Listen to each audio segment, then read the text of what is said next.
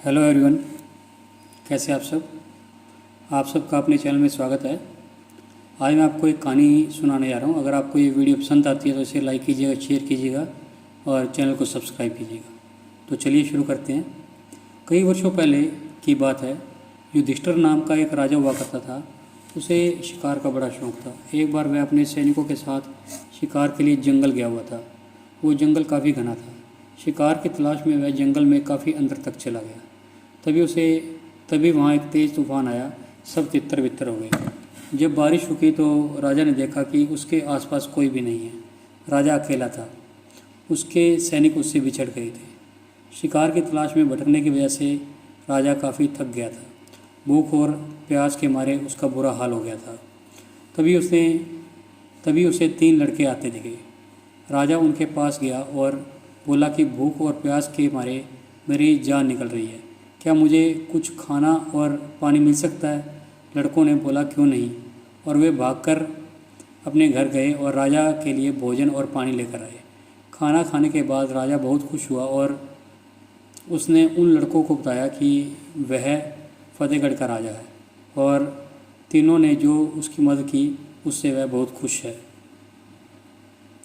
राजा ने तीनों लड़कों की सेवा से खुश होकर उन्हें बदले में कुछ मांगने के लिए कहा।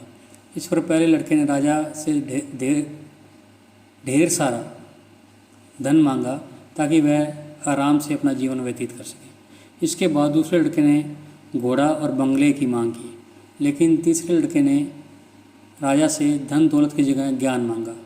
उसने बोला कि राजा, मैं पढ़ना चाहता हूँ। राजा राजी हो गए। उसने पहले लड़के को वरदानुसार बहुत सारा धन दिया, दूसरे लड़के को बंगला और घोड़ा गाड़ी दी, तीसरे लड़के को टीचर की व्यवस्था करवा दी। बहुत दिन बीतने के बाद एक दिन अचानक राजा को जंगल वाली घटना याद आई, तो उसने उन तीनों लड़कों को मिलना चाहा। उसने तीनों को खाने पर आमंत्रित किया। तीनों लड़के एक साथ आए और खाना खाने के बाद राजा ने तीनों से उनका हाल पूछा। इस पर पहला लड़का बहुत ही दुखी होकर बोला, इतना धन पाने के बाद भी मैं आज गरीब हूँ। राजा जी, आपने जितना धन दिया था वह सब खत्म हो चुका है।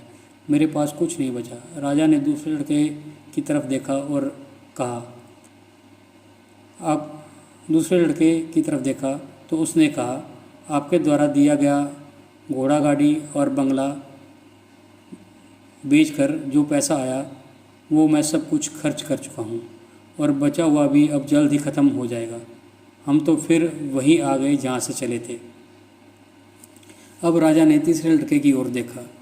तीसरे लड़के ने बोला, राजा, मैंने आपसे ज्ञान की मांग की थी जो रोज़ाना बढ़ रहा है। इसी का नतीजा है कि मैं आज आपके दरबार में मंत्री हूँ।